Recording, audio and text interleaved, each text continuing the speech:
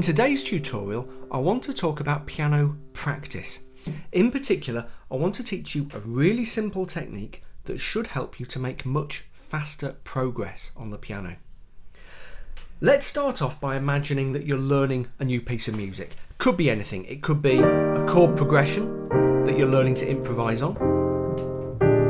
It could be a song where you're trying to figure out a piano part. You know, you've got melody and chords and you're working out a good way of putting them together. Or, as in the case of the example I'm going to use today, it could be a fully scored out piece of piano music. Yeah? Doesn't matter, it can be any of those things. It can be really easy, it can be really difficult. This technique works across the board. So let's imagine that you've kind of got to grips with this thing, and maybe you've practiced left hand and right hand separately and you've put them together, and you got to the stage where it's beginning to sound kind of okay. Yeah, you're kind of comfortable with it. So let's imagine that you sit down at the piano keyboard one day to practice, and what comes out is something like this.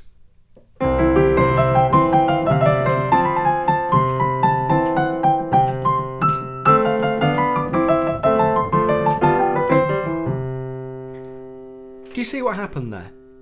Right at the start there was a bit that I was very comfortable with, so I started off at quite a quick tempo. Okay, but very quickly I ran into a bit that I found more difficult. Now, when you get to a difficult bit in your piano playing, what your brain is saying to you is, whoa, steady on, I need to process all this information, slow down. So that's what I naturally did.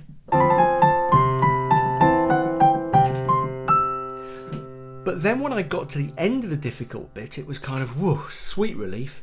I'm back to a bit that I know I can play quite easily.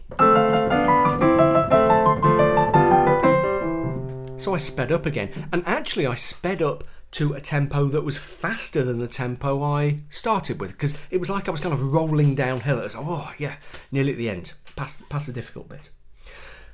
So when I get to the end there, the natural thing for me to say to myself is, yeah, that wasn't too bad. There was just that little bit in the middle where it didn't quite work. I know, I'll try the whole thing again. Ooh,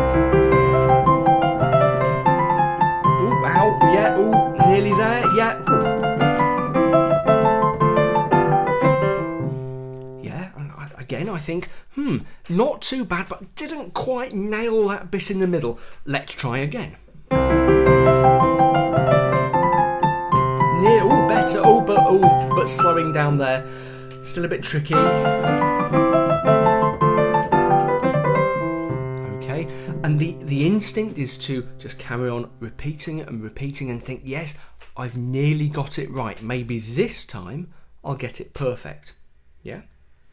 Now, the problem with that is, and that's a very easy rut to get stuck into. You can very easily get into the flow of playing a piece over and over and over again. But the problem is it's very inefficient as a way of practicing.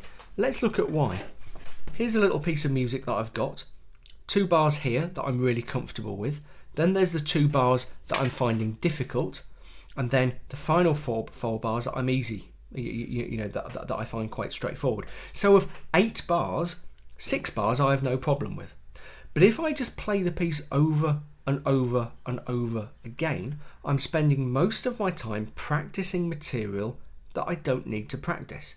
Yeah, and I'm only spending actually a quarter of my time, a little bit more because I slow down in it, but I'm only spending a quarter of my time practicing the bit that I need to practice. As I say, that makes for really inefficient piano practice. You would make much quicker progress on this piece if what you did is say, okay, I need to focus down on the bit that I'm struggling with.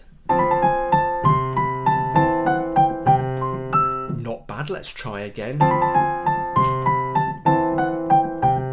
Nearly there. Can I speed it up? Oh yeah, there we go. And then try to slot it into the whole piece.